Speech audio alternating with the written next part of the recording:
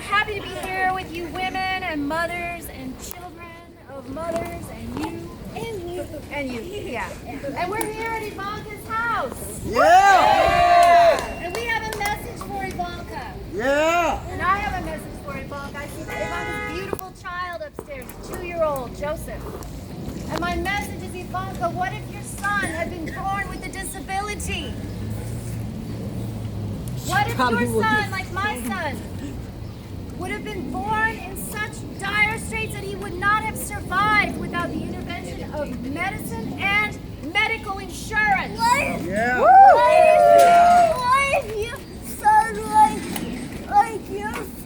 like my son couldn't talk? If he was as What cute if your as son had been born like my son with no signs of life at birth? you can talk now. That's right. No signs of life, and now he's here going up and down the street with this leg. Why? Because of Medicaid. Why is this child in a school that's accessible to him with all the supports he needs? Because of IPPs and because of the rights that you and your generation fought for. Why is he able to ride public transportation and a school bus?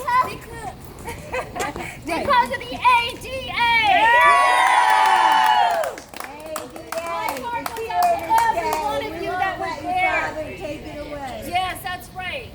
Our thanks go to you. We stand on your shoulders. The fights that I've had to fight as a mother, that he's had to fight as a person with a disability, have been so much easier because of all of you.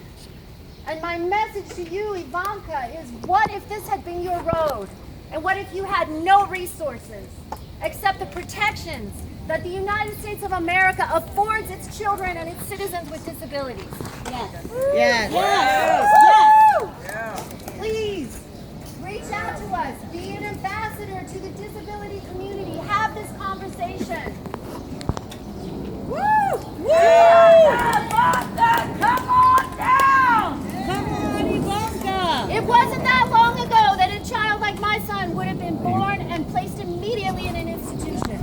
Because this world would not have offered him any And his opportunity. dad's trying to bring those good old days back. That's right. And if per capita caps hit Medicaid, then a dollar figure sends anybody into an institution who cannot afford their supports and who loses their Medicaid. That cannot happen. Hey guys, That's right. Take and die. That's right. Life and death. That's right. It's life and death. I could die. That's right. If I didn't go to the hospital immediately, double capitalized. Yeah, immediately double capitalized. That's how fast you need medical care. That's how fast we all need our support. When he reaches 18 and he wants to go out in the world and be independent, what is he going to need? Attendant care. Community support, personal attendance. That's right. Personal attendance. If you can't get dressed in the morning, if you can't feed yourself, if you can't clean your house, if you can't tie your shoes. That's right, community attendance equals freedom and full participation in our society. And those caregivers, so many of them are women.